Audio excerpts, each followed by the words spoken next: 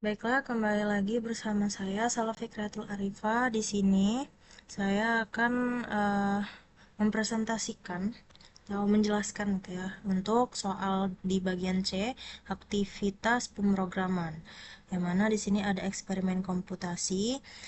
Gunakan bahasa pemrograman pilihan Anda, Python atau NumPy, kemudian Octave atau MATLAB untuk menyelesaikan tugas berikut. Lampirkan kode program dan screenshot hasilnya.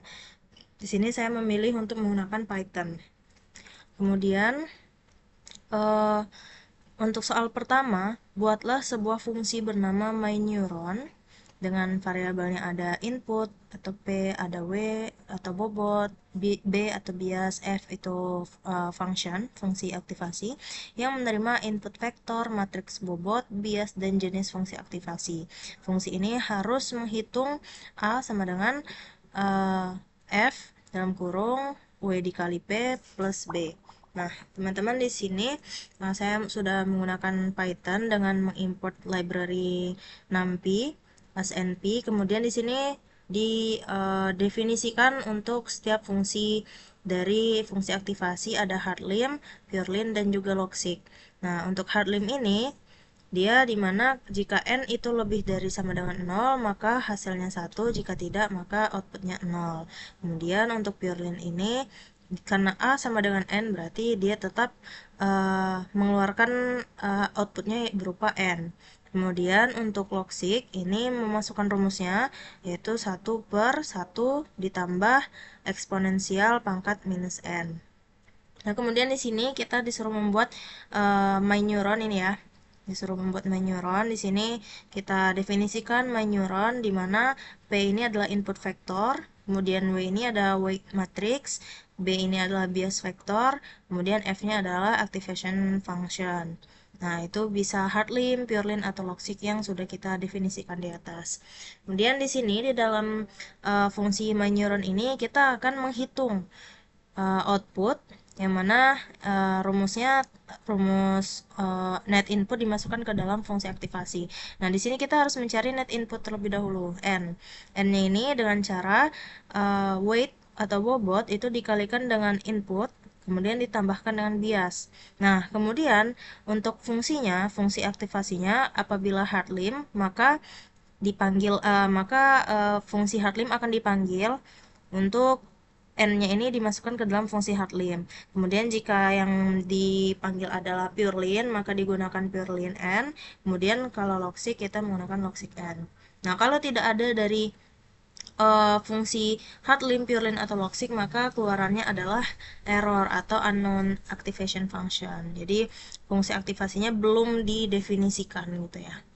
Kemudian di sini untuk user bisa menginputkan dimana nanti user akan menginputkan untuk vektor P-nya untuk input vektor, kemudian nanti ada untuk weight-nya atau bobotnya menggunakan matriks, jadi ditentukan dulu jumlah barisnya berapa, kemudian jumlah kolomnya berapa, kemudian baru masukkan elemen matriksnya per baris gitu ya. Untuk baris pertamanya apa, kemudian baris keduanya apa, menyesuaikan dengan banyaknya baris dan kolom yang mau kita masukkan. Kemudian untuk bias vektornya kita masukkan bias vektornya menyesuaikan dengan jumlah baris gitu ya. Kemudian masukkan fungsi aktivasi apakah hardlim, purelim, atau logseq, dan nanti akan ada keluarannya outputnya. Nah, di sini kita coba. Oke. Kita masukkan Python ini untuk soal 1.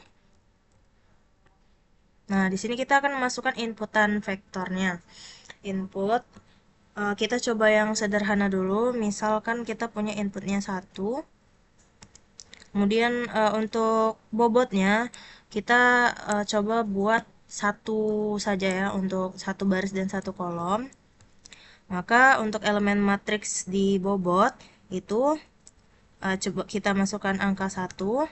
Lalu untuk biasnya kita masukkan 2 misal. Nah, sekarang kita mau coba gunakan purelim agar kita tahu hasil komputasi dari net inputnya itu. Oke. Oke, untuk outputnya yaitu neuron A sama dengan, kalau purlin A sama dengan N berarti N-nya adalah 3 di sini.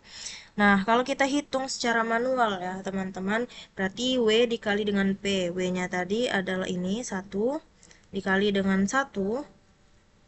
Kemudian W dikali P ditambah 2, ditambah bias, berarti tambah 2. 1 kali 1, 1, 1 tambah 2, 3. Berarti untuk net inputnya adalah 3. Berarti untuk purlin itu A-nya sama dengan N, berarti A-nya sama dengan 3. Berarti untuk komputasinya itu sudah betul ya teman-teman. Jadi di sini kita bisa mencoba, misal untuk inputnya kita coba bikin ada 2 inputan, kemudian ada 2 baris untuk bobotnya, 2 kolom juga untuk bobotnya. Nah, di sini kita masukkan untuk baris pertama di bobot kita masukkan 1, kemudian 2. Untuk di baris kedua kita coba masukkan 0,5, kemudian minus 0,5. Kita coba ya teman-teman. Selanjutnya kita masukkan bias. Bias di sini adalah untuk setiap neuron itu punya bias. Berarti karena di sini neuronnya ada 2, maka untuk biasnya pun juga ada 2. Misal biasnya ini 1, 2. Nah, di sini kita mau coba pakai hard limb.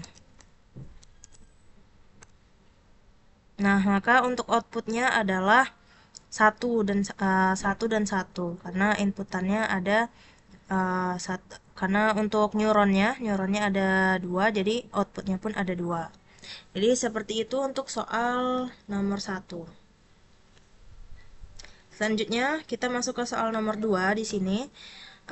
Plotlah grafik fungsi aktivasi hard limb, purlin dan juga logic dalam satu figur untuk rentang input N-nya ini adalah dari -5 sampai dengan 5. Kemudian analisis perbedaan karakteristik output dari ketiga fungsi tersebut berdasarkan grafik yang dihasilkan. Di sini sudah terdapat ya untuk soal untuk kode untuk soal nomor 2. Jadi kita bisa langsung menjalankan. Tentunya untuk membuat plot grafik itu menggunakan matplotlib seperti ini. Kemudian ini juga mendefinisikan untuk fungsi-fungsinya. Nah, kemudian di sini ini adalah input yang akan dimasukkan itu dari -5, dari titik -5 sampai titik 5 dengan banyaknya 200 titik, teman-teman. Nah, kemudian di sini untuk membuat figurnya ya, membuat figurnya. Kemudian di sini ada untuk kata-katanya di dalam figur. Setelah kita coba.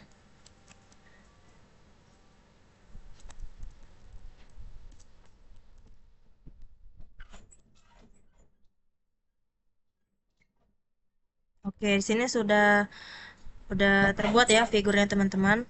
Nah, untuk menganalisisnya, jadi yang pertama, ini kita coba lihat ada garis biru yaitu hard limb. Hard limb ini kalau karakteristik yang kita ingat adalah dia akan menghasilkan output berupa 0 atau 1 gitu ya. Nah, sehingga kita lihat di sini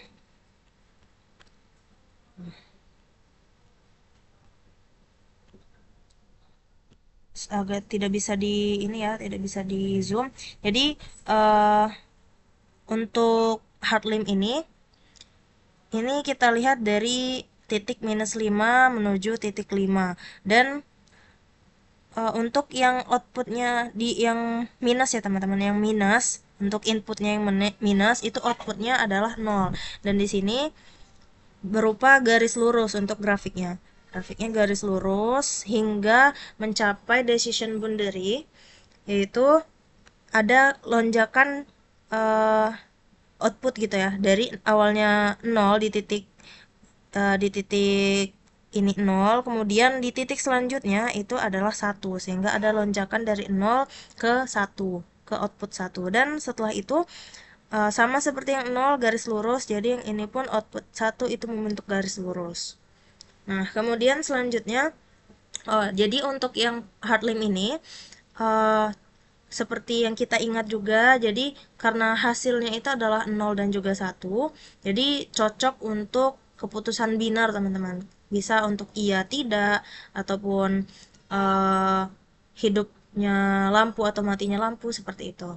Nah, kemudian untuk purlin, untuk yang oranye ini, jadi kalau kita lihat di sini grafiknya diagonal ya, diagonal lurus, dan ini continue, garisnya continue. Jadi kalau misal kita lihat untuk purlin ini outputnya bisa berupa angka apa aja, dari yang negatif sampai yang positif.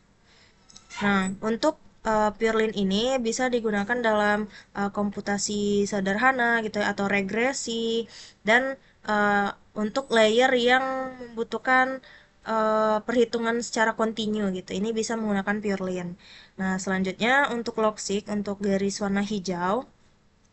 Untuk logic ini kita lihat awalnya garis outputnya itu lurus ya, lurus hampir sama seperti hardlim. Namun selanjutnya dia ada kenaikan, terus naik hingga lurus kembali. Nah, kalau kita lihat lurusnya ini di ujungnya itu sama dengan hardlim. Berarti di sini artinya outputnya adalah 1 dan di sini outputnya adalah 0. Berarti kalau kita lihat untuk logic ini dia menghasilkan output dengan range-nya dari outputnya 0 hingga 1. Nah, kalau misal kita lihat bahwasanya logic ini menghasilkan outputnya rentangnya dari 0 hingga 1, berarti logic ini memang cocok untuk perhitungan probabilitas, misal prediksi cuaca seperti di video sebelumnya. Kemudian untuk menghitung peluang dan probabilitas seperti itu. Jadi ini untuk analisis dari bentuk bentuk grafik dari hardlim, purlin, dan juga logic.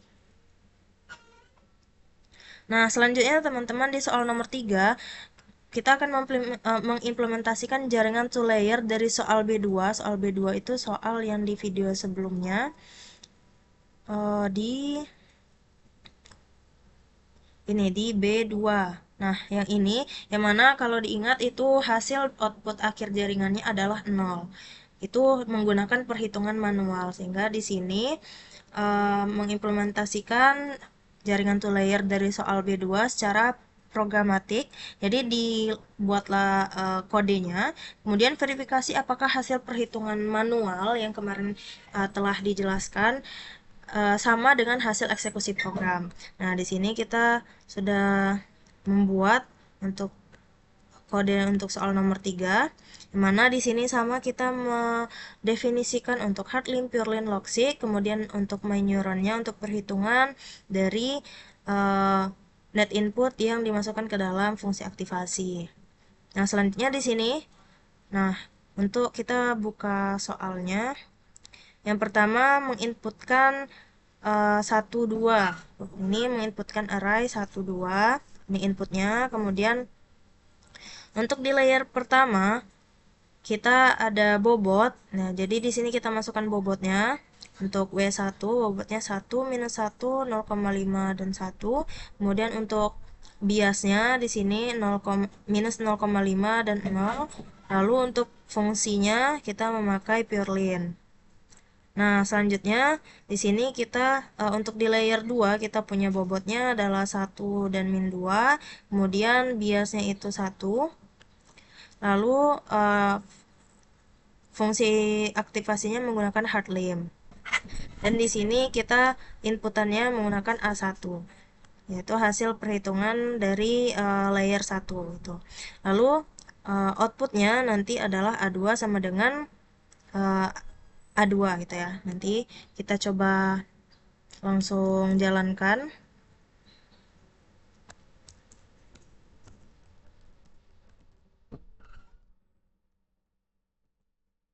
Oke, nah ini untuk outputnya A2 sama dengan 0, berarti sama dengan perhitungan manual yang di video sebelumnya sudah dijelaskan.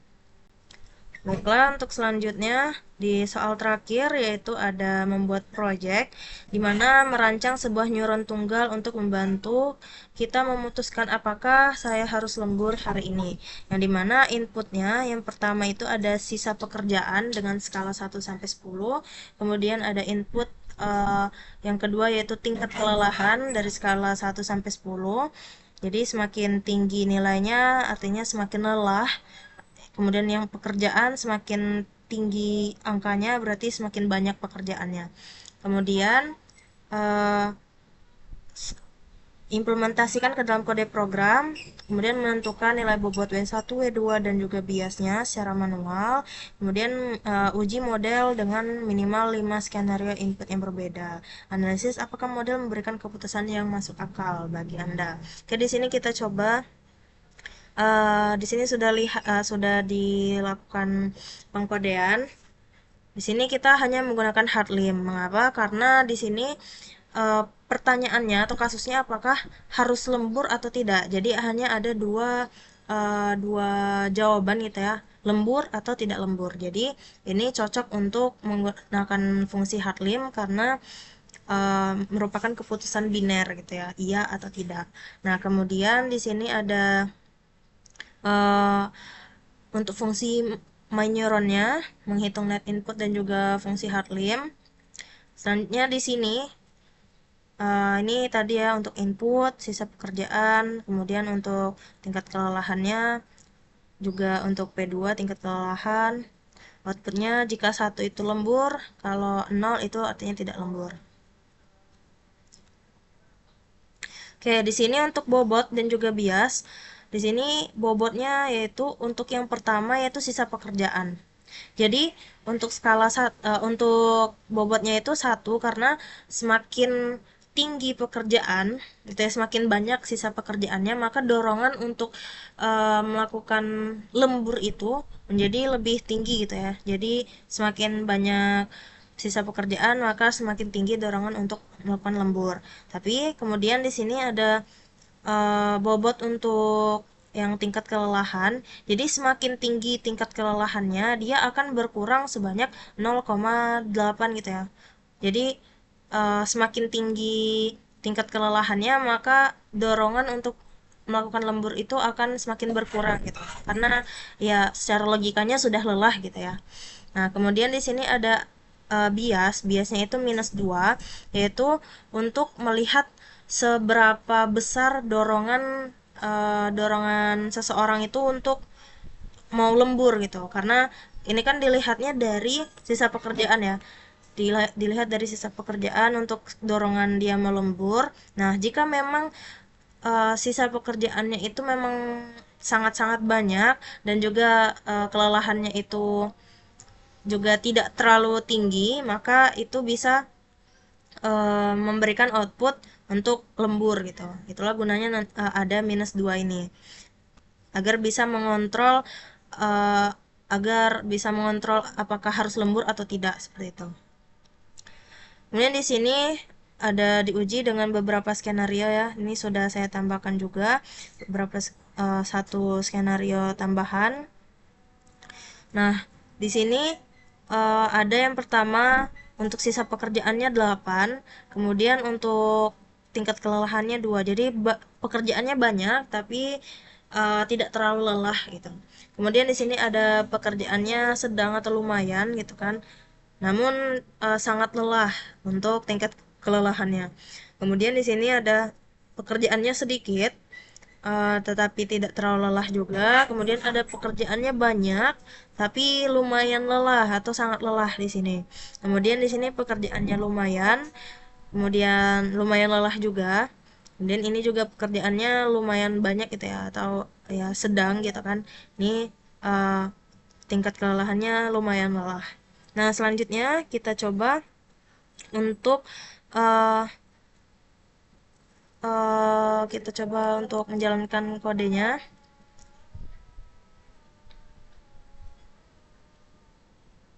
Nah, ini untuk keputusan apakah lembur atau tidak ya, teman-teman. Jika lembur, berarti jika decisionnya 1 berarti lembur, kalau tidak berarti tidak lembur.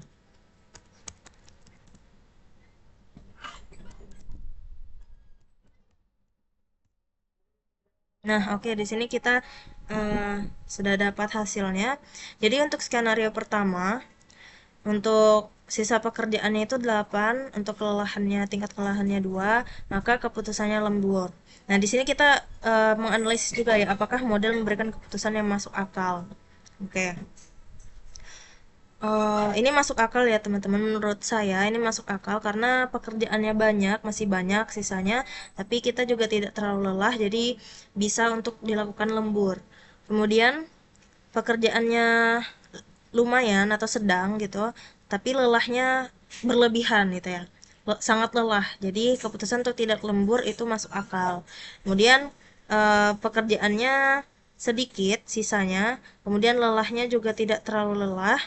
Ini menurut saya masih masuk akal jika tidak lembur, tapi kalau lembur pun juga masuk akal. Karena eh, karena sisa pekerjaannya juga sedikit lagi dan kita juga tidak terlalu lelah, jadi masih bisa dikerjakan dalam satu hari tersebut. Ini uh, preferensi pribadi ya teman-teman semua. Nah, kemudian di sini ada tingkat sisa pekerjaannya itu 9, kemudian tingkat kelelahannya 8, lembur. Nah, menurut saya ini juga masuk akal karena pekerjaannya pun masih banyak walaupun lelah gitu ya. Setidaknya harus kurangi beberapa pekerjaan agar sisanya tidak terlalu banyak. Kemudian untuk sisa pekerjaannya 6 dan dan tingkat kelelahannya 4, lembur itu masih masuk akal. Kemudian di sini sisa pekerjaannya 5, kemudian lelahnya 4, keputusan tidak lembur. Nah, di sini menurut saya sebenarnya mungkin masuk akal ya untuk keputusan tidak lembur ini, tapi sama halnya seperti yang di skenario 3 tadi, menurut saya kalaupun memang lembur itu juga sangat masuk akal juga karena pekerjaan 5 itu dengan tingkat kelelahannya 4, maksudnya tingkat kelelahannya itu tidak lelah-lelah banget gitu. Tetapi uh, masih banyak pekerjaan yang harus dilakukan, maka bisa dilakukan lembur. Nah, jadi menurut saya untuk model di soal 4.python ini, apakah model memberikan keputusan yang masuk akal bagi Anda? Uh, untuk beberapa skenario masih masuk akal, namun untuk di contohnya di skenario 3 dan juga skenario 6 ini uh, mungkin seharusnya diperbanyak lagi parameternya. Contohnya ini kan hanya 2 parameter dari sisa pekerjaan dan juga tingkat kelelahan. Mungkin bisa ditambahkan seperti mood gitu ya, karena kan untuk setiap orang punya mood yang berbeda-beda untuk melakukan lembur. Jadi kalau misal pekerjaannya itu sedikit, kemudian dia lelahnya tidak begitu lelah, tapi dia mood atau dia mau untuk melakukan lembur, itu bisa jadi salah satu uh, nilai dorongan untuk dia melakukan lembur. Nah, mungkin itu saja yang dapat saya sampaikan untuk soal C. Lebih dan kurang mohon maaf. Wassalamualaikum warahmatullahi wabarakatuh.